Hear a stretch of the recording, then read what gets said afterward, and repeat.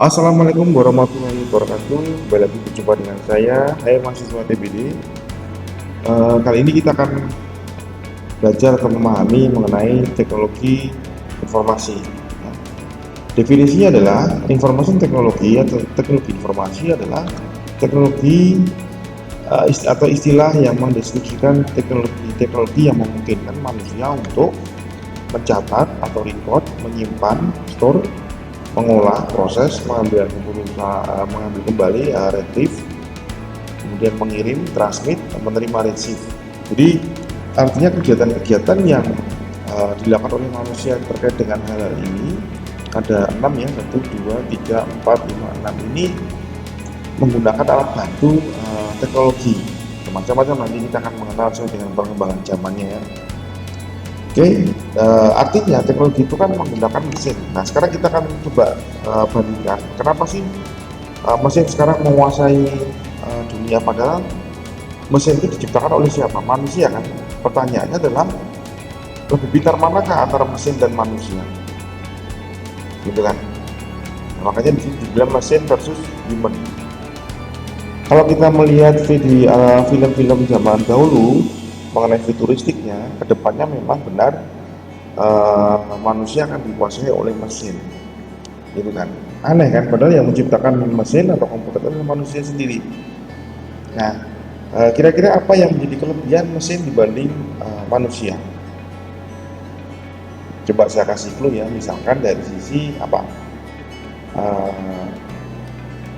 Kecepatan, ya kan? Kecepatan apa ini? Kecepatan misalkan menghitung atau memproses data.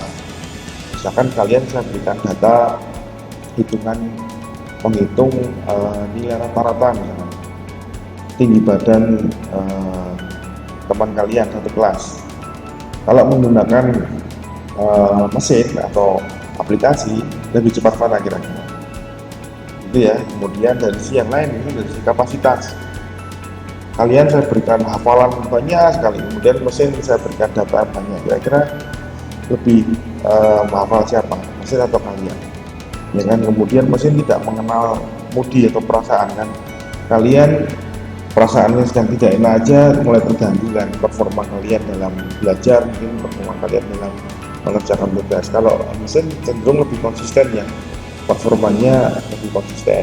Kemudian daya tahan tubuh, daya tahan bukan daya tahan tubuh, daya tahan. Misalkan kalian diminta untuk mengetik terus, bekerja terus, belajar terus 10 jam atau lebih dari 24 jam, kira-kira capek nggak? Kalau mesin mengenal capek tidak? Nah, dan masih banyak lagi ya, kira-kira kelebihan-kelebihan mesin dibanding manusia. Artinya mesin kita mengenal nanti istilah artificial intelligence atau mesin learning. Jadi mesin yang belajar nanti akan berpikir seperti manusia, berperilaku seperti manusia, bahkan mesin bisa mengambil keputusan. Nah, itu pengembangan dan sudah mulai berjalan, ya kan? Ada beberapa hal yang sudah digantikan oleh mesin semuanya ya, dari dunia industri, pendidikan, gitu kan, dan macam-macam. Dunia kedokteran pun juga ada kan, robot yang bisa menyuntikkan infus mungkin dan sebagainya. Nah, definisi berikutnya adalah ini digambarkan bahwa kegiatan-kegiatan yang sebelumnya dilakukan oleh manusia semua bisa dilakukan oleh mesin. Contohnya apa? Mencatat, mengolah data yang menggunakan komputer, kemudian mengirim atau menerima data. Dulu kita masih zaman dahulu masih model surat-suratan kan, gitu kan, masih model susah untuk mengirim data. Sekarang dengan adanya internet atau aplikasi semua berbasis real time ya, online gitu kan istilahnya gitu kan. Jadi bisa mengirim atau menerima data dalam waktu yang sangat cepat. Kemudian dari sisi penyimpanan data mungkin berkas itu memerlukan rak yang banyak sekali lah ya, berjumlahnya berbanyak itu. Sekarang itu menggunakan perangkat hadis atau perangkat media penyimpanan yang kecil sudah bisa menyimpan sampai dengan tera, bahkan kan gitu kan, gigabyte, tera.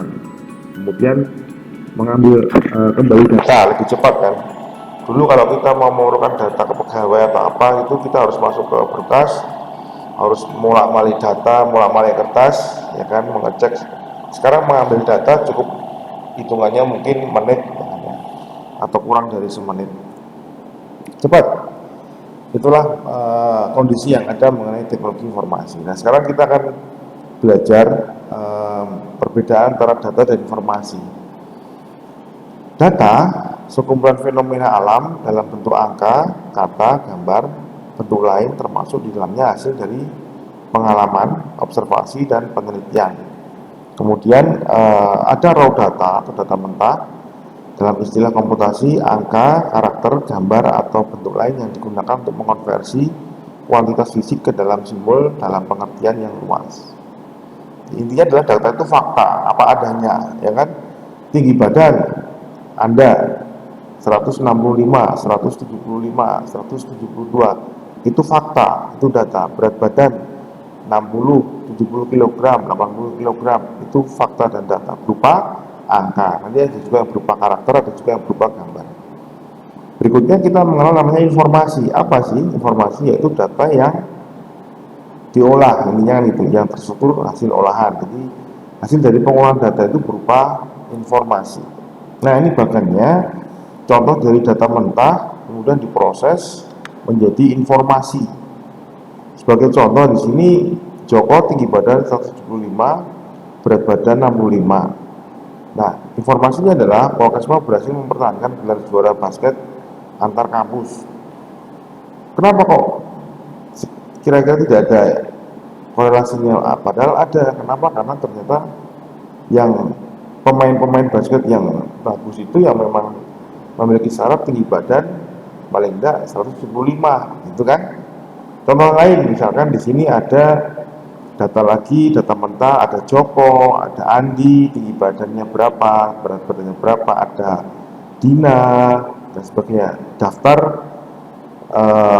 tinggi badan dan berat badan kelas A, ya. Ada 40 atau 50 mahasiswa ya.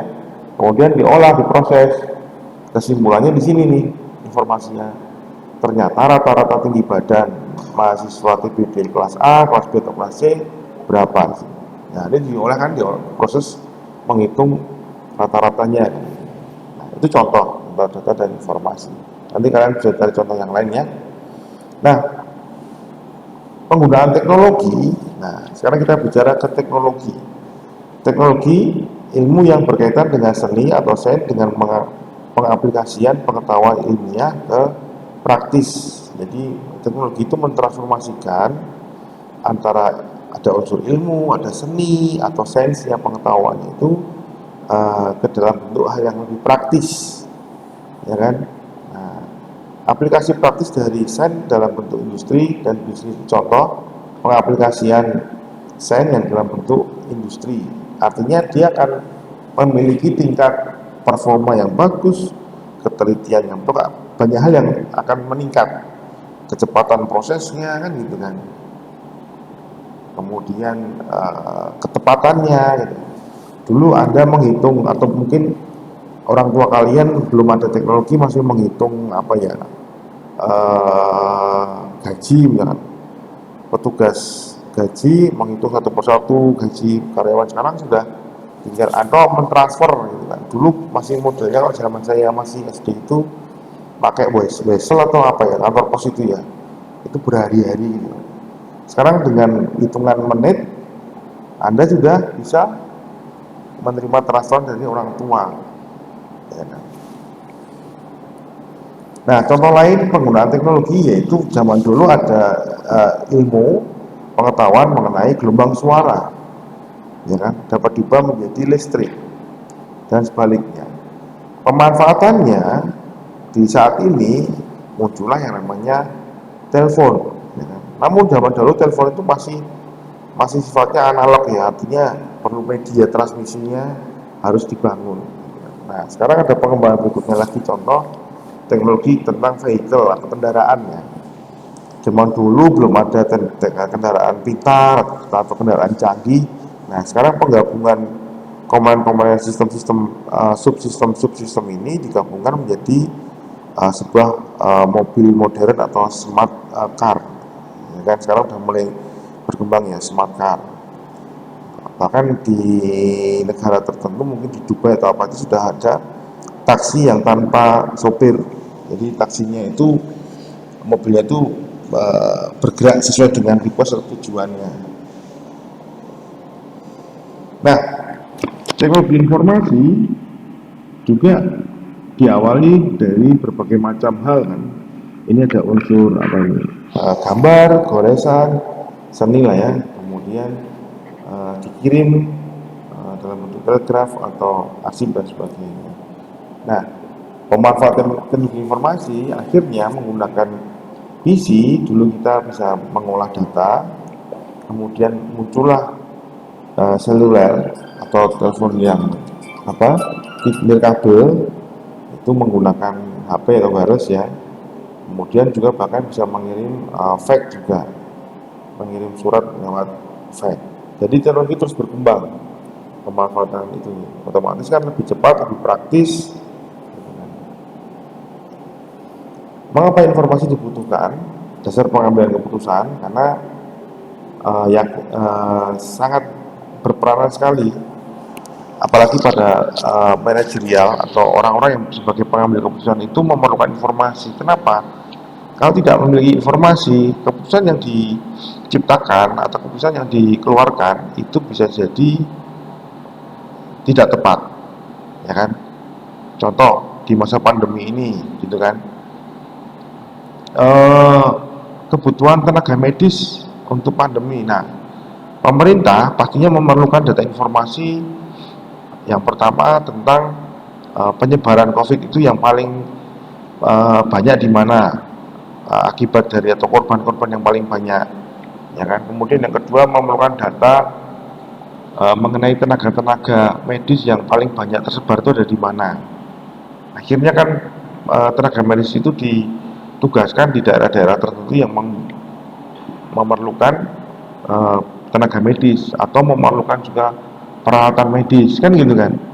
Bagaimana mungkin kalau tidak memiliki data, pemerintah hanya asal memutuskan bahwa tolong dikirimkan tenaga medis di daerah tertentu, tolong dikirimkan alat medis spesifikasi ini daerah tertentu, padahal daerah tersebut masih daerah hijau. Nah, itu contoh sangat penting. Juga di dunia industri, di perusahaan-perusahaan besar itu perang informasi itu terjadi, ya.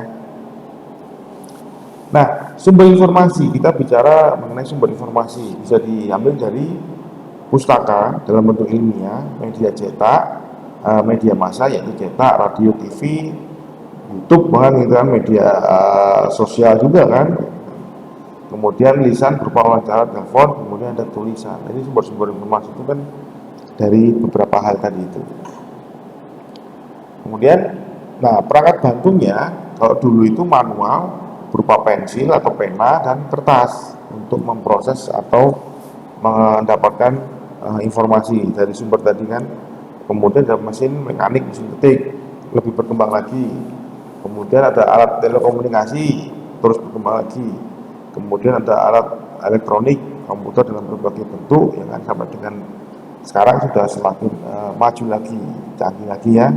Jadi tidak hanya berupa teks tapi juga suara, gitu, video. Dulu mungkin hanya berupa teks saja kan, istilahnya dulu telegram.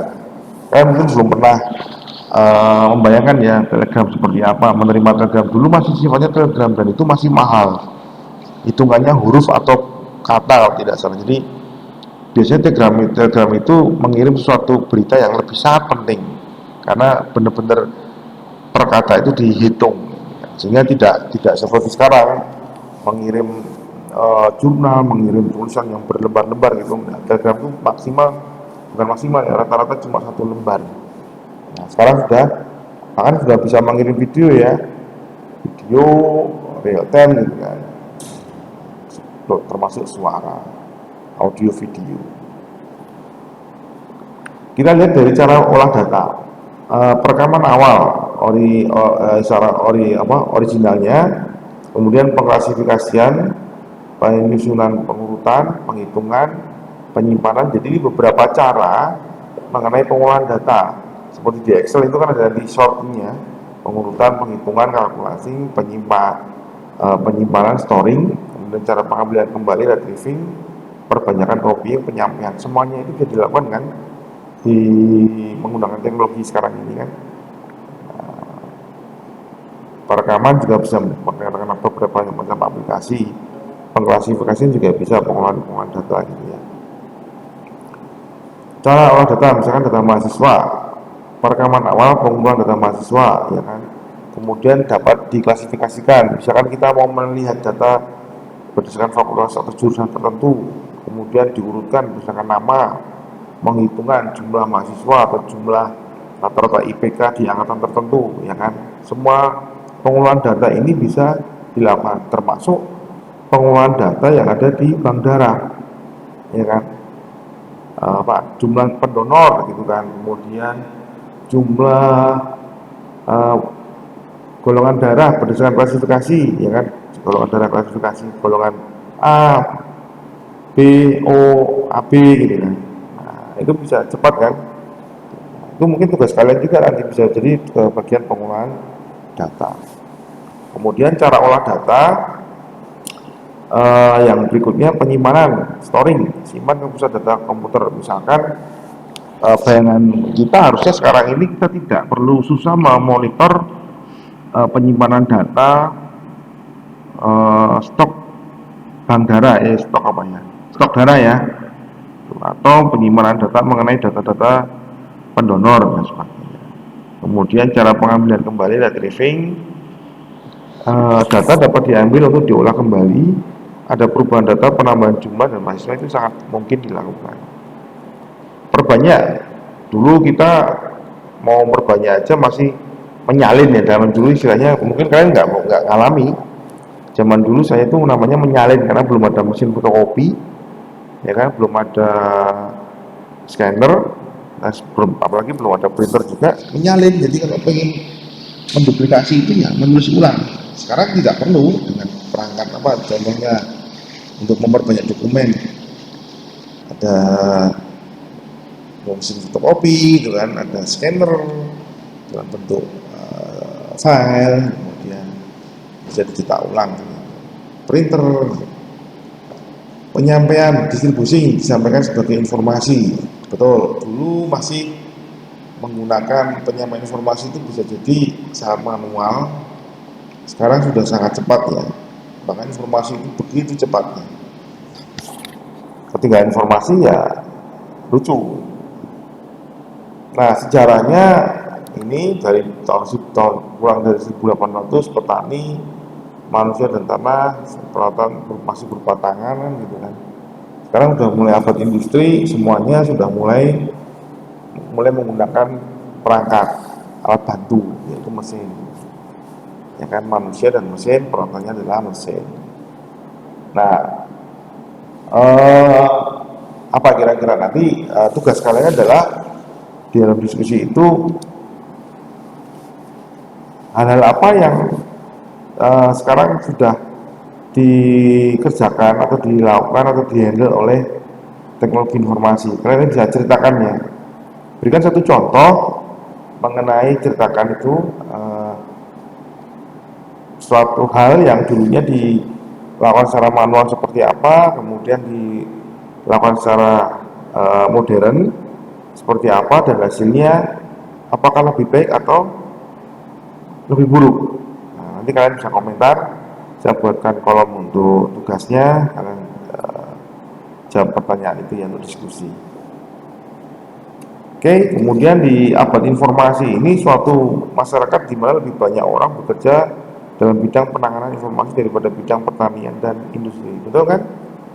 Artinya para petani sekarang itu jumlahnya semakin sedikit, bahkan beberapa orang itu lebih senang bekerja sebagai buruh karyawan atau sebagai kantoran, pekerja kantoran dibanding dengan petani. Padahal kita masih membutuhkan beras yang ditanam oleh petani kan. Ini menjadi fenomena tersendiri. Karakteristik abad informasi, munculnya masyarakat berbasis informasi. bisnis tergantung pada TI. Apa tuh contoh bisnis yang tergantung pada TI? Sekarang banyak ya, bahkan sudah bergeser fenomenanya ini, sosioteknologi, ya kan? Sekarang dulu mau beli makanan aja males kan, harus jalan dulu, harus nitip teman. Sekarang gampang ya. Kira-kira apa itu? Betul, GoFood ya. Bener-bener tuh apa itu? Lonjakan atau apa? Perubahan yang besar mengenai kebiasaan kita juga kan, mempengaruhi kan, akhirnya kita males nih, bahkan untuk beli sesuatu aja yang cukup dekat tetap menggunakan GoFood. Namun itu juga ada unsur timbal baliknya ya, artinya memang kita banyak menyerap pekerjaan dari kegiatan tersebut. Kemudian adanya transformasi proses kerja, ada re-engineer proses bisnis yang konvensional. Keberhasilannya tergantung pada efektivitas pemanfaatannya. TI melekat pada banyak produk dan pelayanan, detik.com, Facebook, pulsa. Ini contoh-contoh bisnis informasi, ya kan. Detik.com itu bisnisnya dari mana? Dari periklanan, ya kan.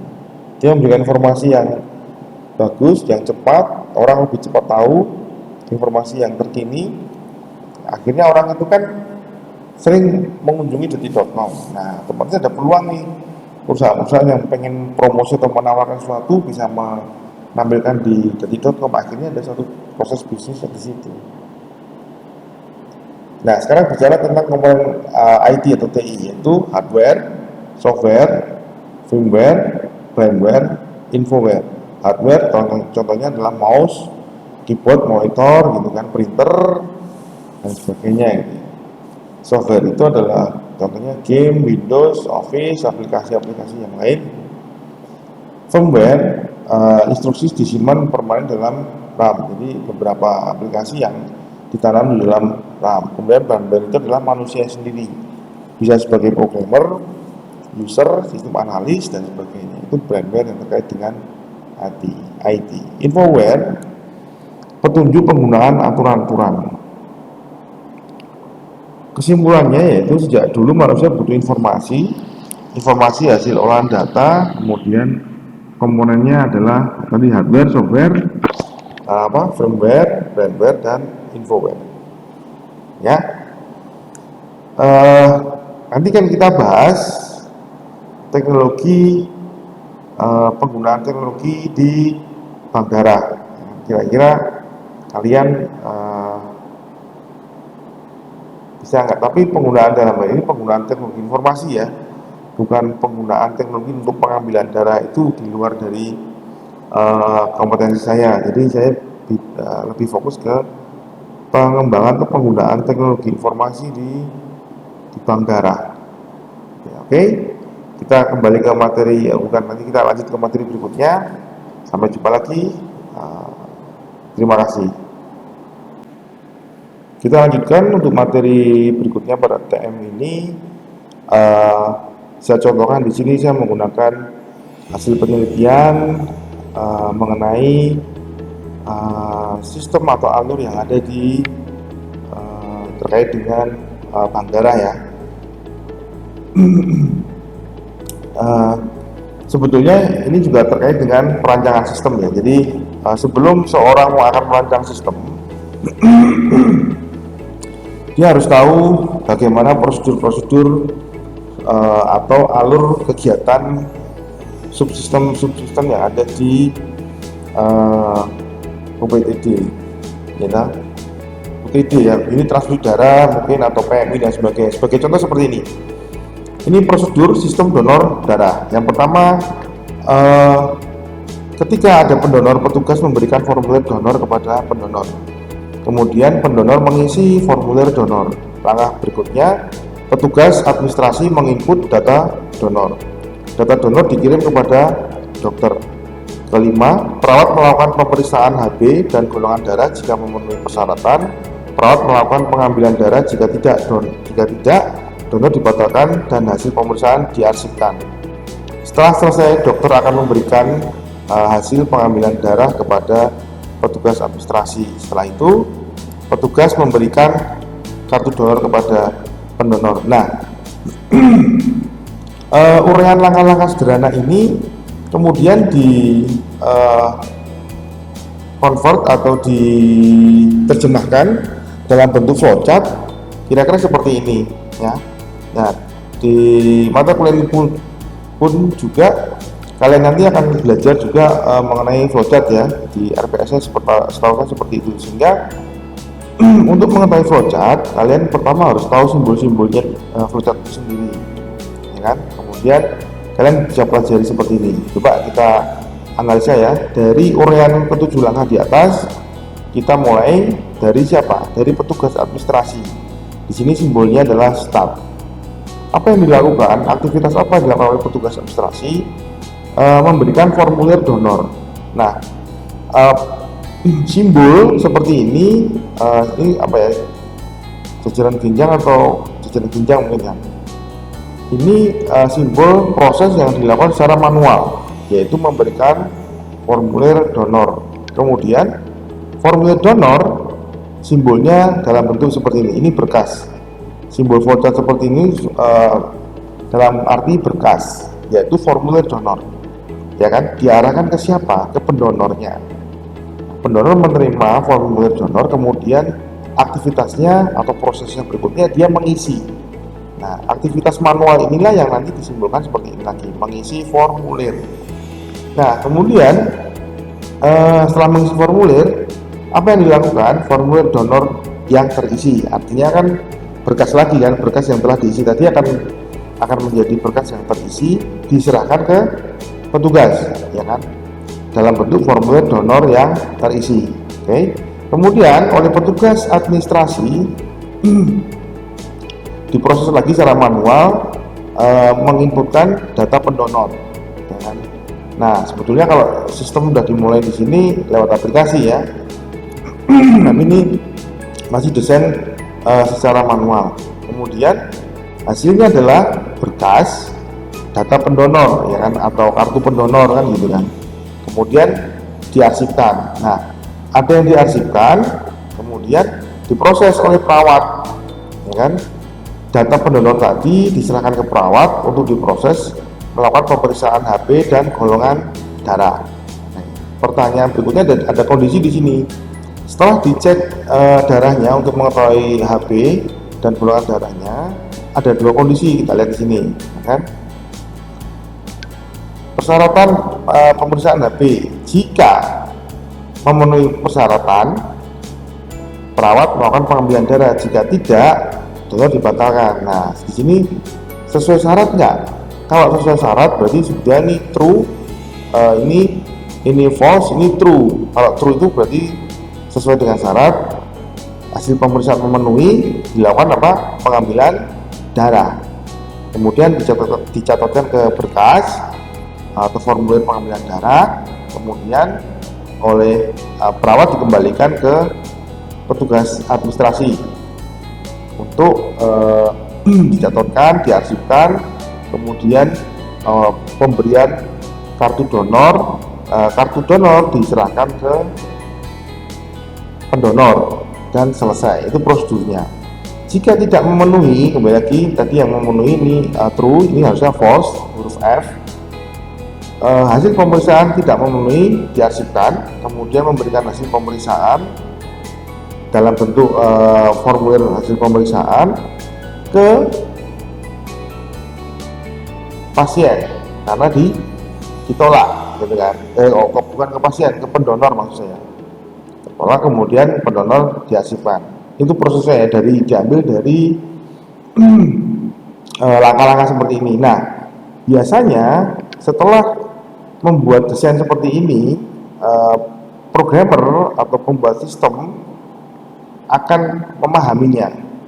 Alur prosesnya itu akan dipahami oleh dia, kemudian tinggal diterjemahkan dalam bentuk aplikasi atau teknologi informasi kan gitu kan. Nah, itu nanti arahnya ke situ. Jadi langkah-langkah pertama yang harus dilakukan adalah membuat alur prosedur tentang suatu kegiatan atau suatu aktivitas. Dalam hal ini pendaftaran donor darah misalkan, pendaftar pendonor darah. Contoh lain lagi nanti kalian bisa baca-baca di sini ya. Sistem permintaan darah. Apa prosedur yang dilakukan pada saat ada permintaan darah? Gitu. Pasien mengisi formulir permintaan darah yang ditandatangani oleh dokter dan stempel rumah sakit. Nomor 2, formulir permintaan darah dan sampel darah dibawa kepada lab unit transfusi darah PMI. Lab UTD melakukan pemeriksaan ulang golongan darah pasien dan golongan darah pendonor. Jika cocok, kantong darah diberikan kepada pasien, dan jika tidak, lab UTD akan melakukan pemeriksaan lanjut. Pasien melakukan pembayaran kepada petugas administrasi.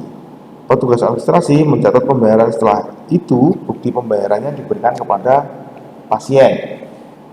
Nah, secara flowchart hampir mirip juga. Jadi ada pasien, ada labnya, ada petugas admin.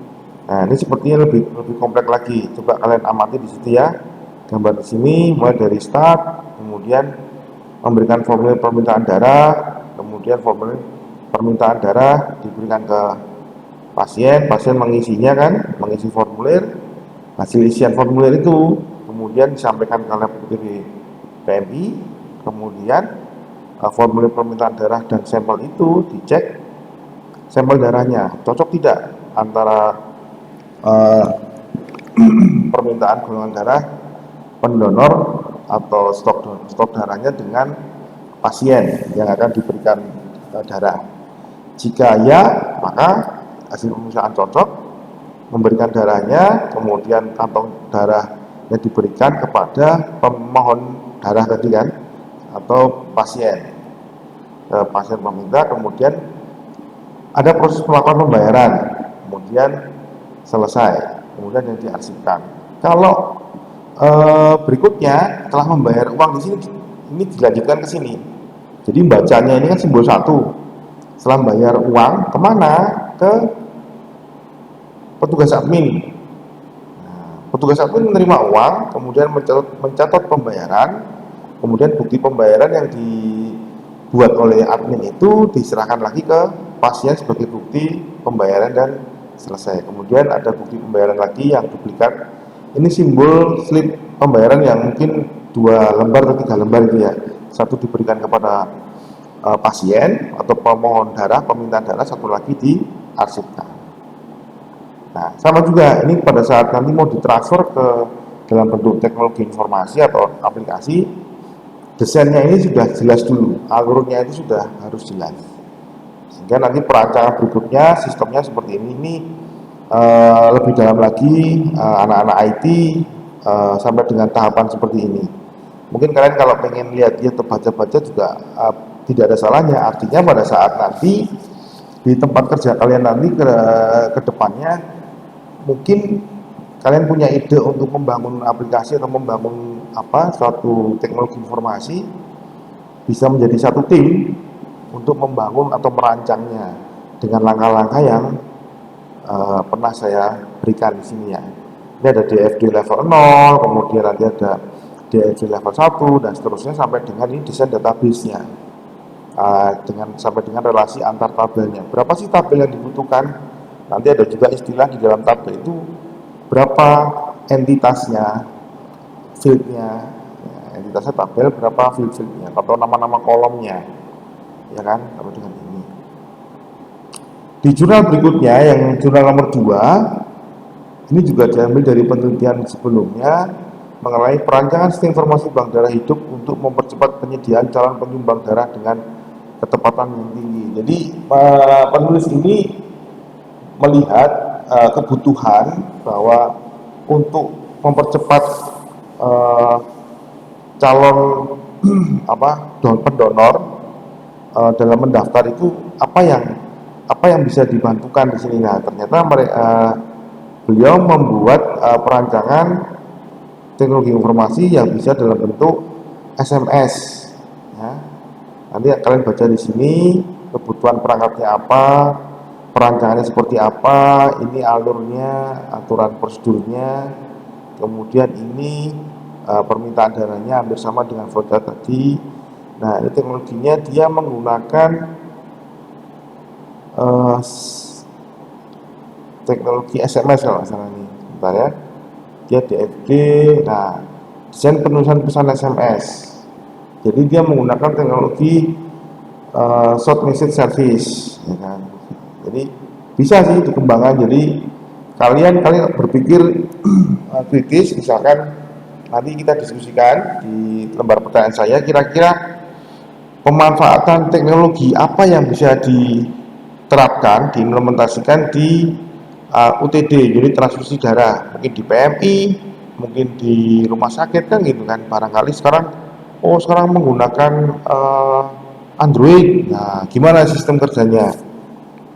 Tidak mesti kalian harus tahu atau bisa membuat Android, tapi minimal merancang pola berpikir kalian sebagai analisis dan perancangan sistem itu seperti apa. Ya, kalian bisa pelajari di sini. Sehingga barangkali suatu ketika nanti meskipun Anda sebagai tenaga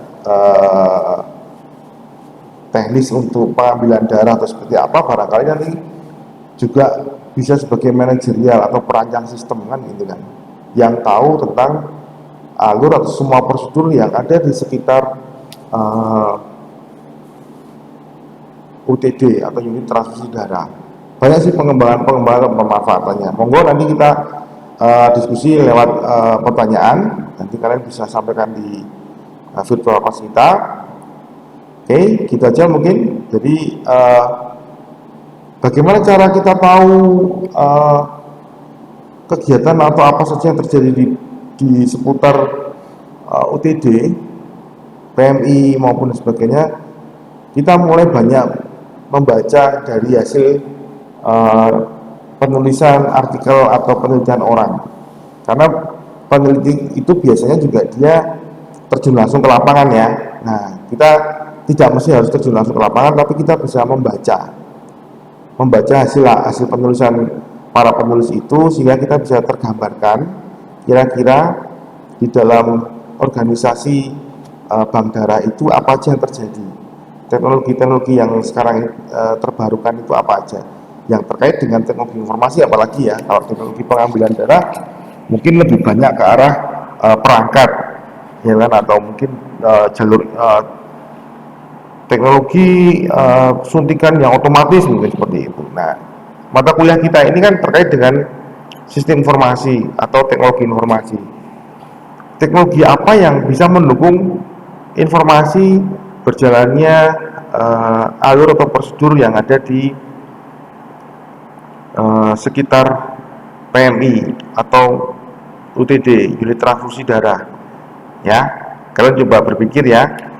Semoga materi yang saya jelaskan ini Anda pahami. Jika nanti ada pertanyaan, barangkali nanti kita jadwalkan untuk kita diskusi lewat daring 1 jam atau 1,5 jam. Kalian pelajari dahulu. Ada yang kurang jelas pertanyaan, bisa nanti kita diskusikan bersama-sama. Oke, semoga bermanfaat video pembelajaran ini. Saya akhiri dengan wassalamualaikum warahmatullahi wabarakatuh. Terima kasih.